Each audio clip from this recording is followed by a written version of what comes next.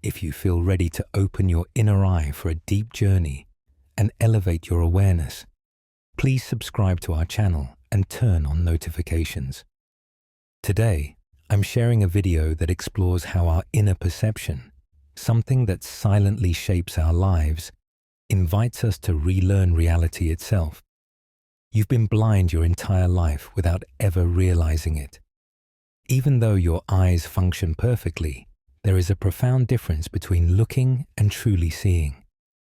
From the moment you were born, you were taught how to look, but never how to perceive.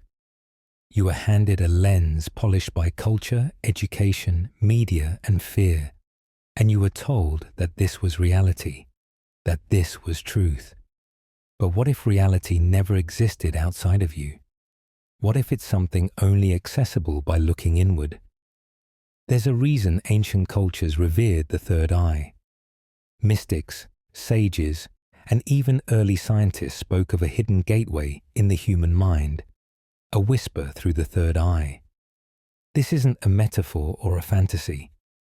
It's a biological and energetic mechanism that doesn't change the world, but transforms how you experience it. In Sufi tradition, the heart is called the eye of truth. This inner wisdom is seen as the key to reaching truth beyond the external world. Intriguingly, it aligns with what modern science refers to as the pineal gland. You are not here to survive the matrix. You are here to awaken from it. And this is where awakening begins. There's a part of your mind you've never been told to pay attention to. It lies in the center, shaped like a pine cone, covered by noise, distractions, and chemical interference. Our ancestors knew of it. They called it the temple of the soul, the gate to the divine, the eye that defies time. Today, science calls it the pineal gland. But here's a difficult truth. It may be the key to unlocking the most powerful perception a human being can access. This is not mysticism or New Age fluff. It's rooted in the physics of our bodies, in measurable patterns, in experiences buried under layers of modern conditioning. The third eye is not just a spiritual symbol carved into temples or drawn on ancient scrolls. It's a cross-cultural code, a way of inner seeing that perceives beyond what's in front of you.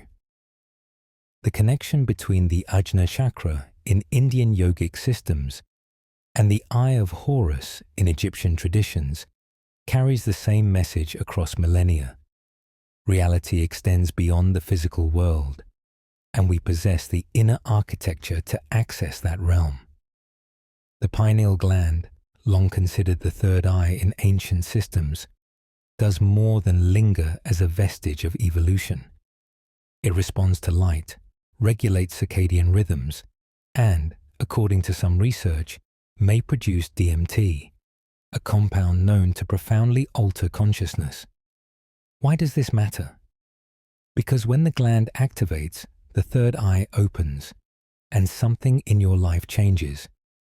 You begin to see the world not as it's sold to you, but as it truly is. Patterns emerge. Intuition sharpens.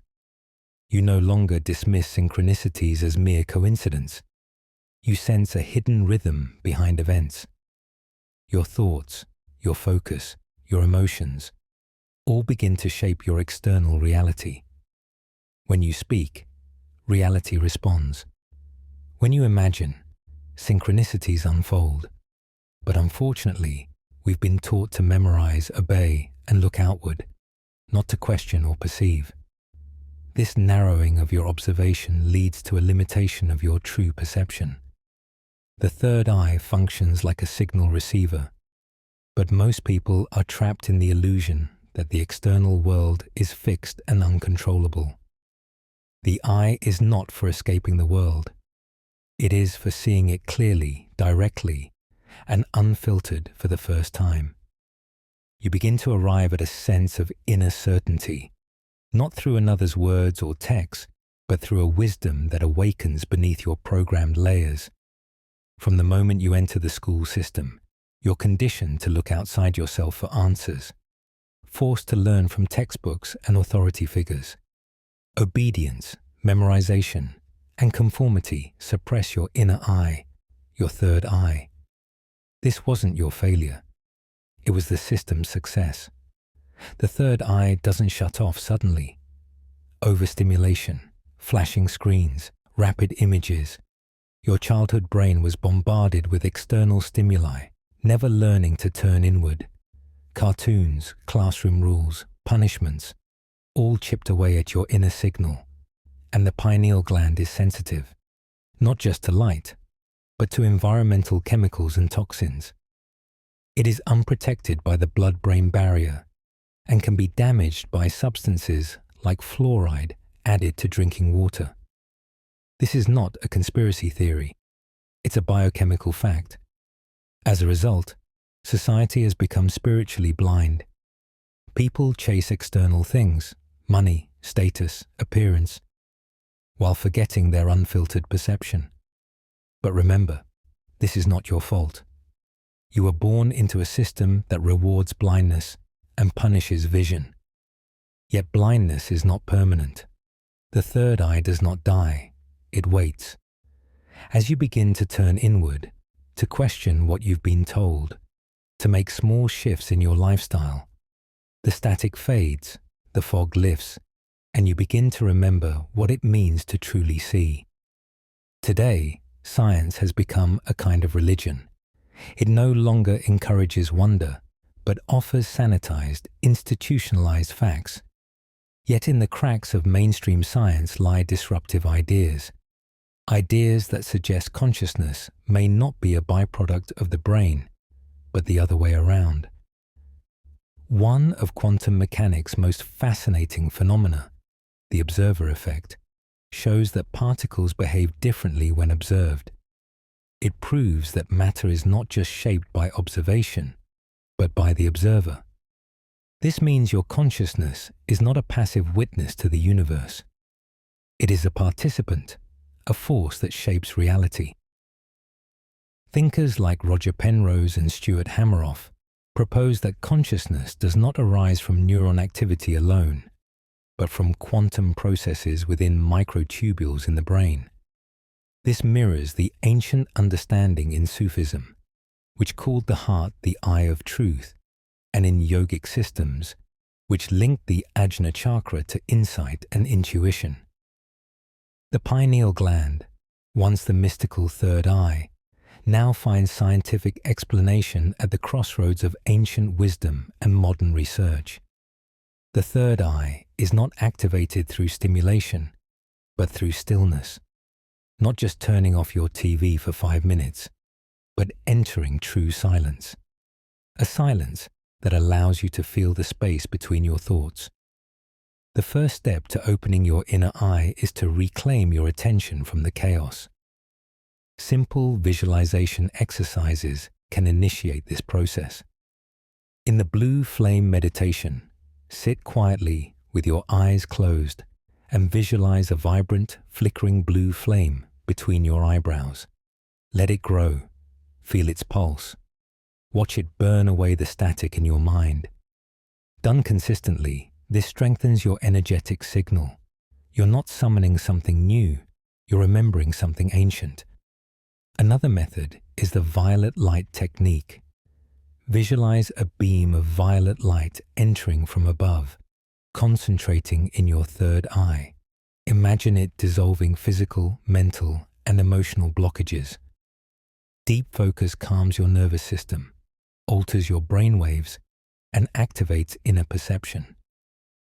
Certain frequencies, when listened to during meditation, resonate with the third eye and pineal gland. Combined with breath work, these sounds strengthen the bridge between body and spirit. There are also physical steps you can take. Avoid environmental toxins, reduce fluoride exposure, eat whole foods, drink clean water, absorb natural sunlight. These support inner clarity and reconnect you with ancient wisdom. Journaling is one of the most powerful tools for awakening the mind. Record your observations, dreams, and so-called coincidences. The third eye doesn't burst open like fireworks. It opens slowly, patiently, like the rising sun. Your perception expands. Colors become richer. Conversations take on depth. You begin to sense people's intentions beyond their words. Time, space, even the presence of others shift to a new dimension. It's as if you no longer walk through life blindfolded. But awakening comes with a price. Your inner reality will surface repressed emotions and forgotten wounds. Yet this process frees you. You face yourself.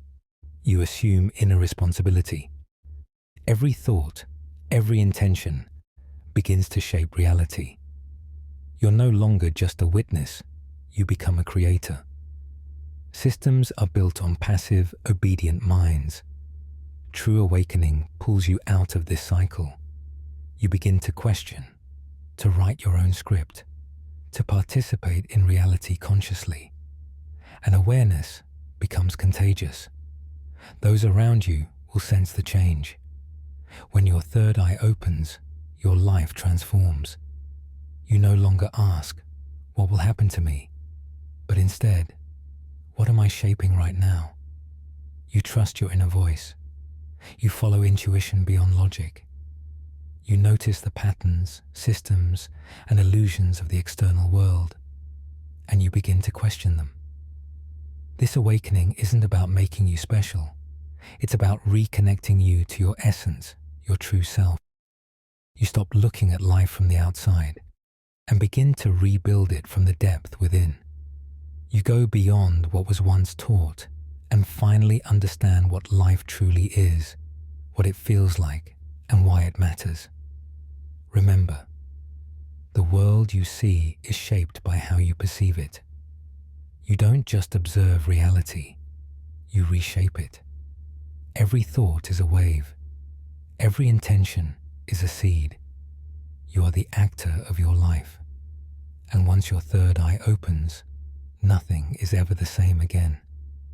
You rediscover the world through your inner vision. You cherish each moment and every detail. This is the essence of true awakening, of freedom, and of clarity.